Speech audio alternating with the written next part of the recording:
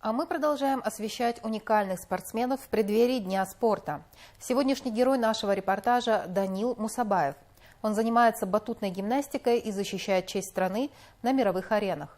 Тему продолжит Нуржан Танирбергенов.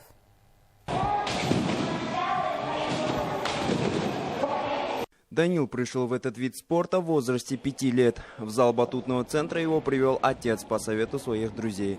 Еще юношей Данил показывал отличные результаты. Когда ему было 12 лет, он стал призером чемпионата мира. С тех пор он стремится только вперед, занимая призовые места почти на каждом турнире. Призер чемпионата мира, это было во Франции в 2012 году, 2-е место.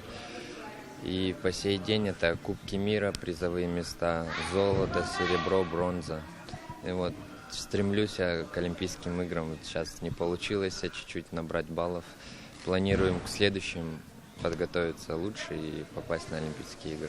Данил тренируется на протяжении 18 лет у Сергея Вертянкина. К сожалению, в этом году мы не смогли попасть на Олимпиаду, однако мы не отчаиваемся, а наоборот, усиленно будем готовиться к следующим Олимпийским играм, говорит Сергей. Данил был таким подвижным спортсменом, мальчиком. Как сразу стал подавать результаты. Видно было, что он сильно координационный спортсмен, смелый спортсмен, не из трусливых, потому что в нашем виде спорта нужна смелость в первую очередь, потому что надо делать очень сложные элементы. Прыжки на батуте очень интересный вид спорта, который нравится не только детям, но и взрослым. Он отлично развивает все группы мышц и вестибулярный аппарат, тренирует координацию, выносливость, способствует быстрому похудению, говорят специалисты. Нуржан Танирбергенов, Еркебулан Бехожин, Зарина Зулпухар, телеканал Сарыарка.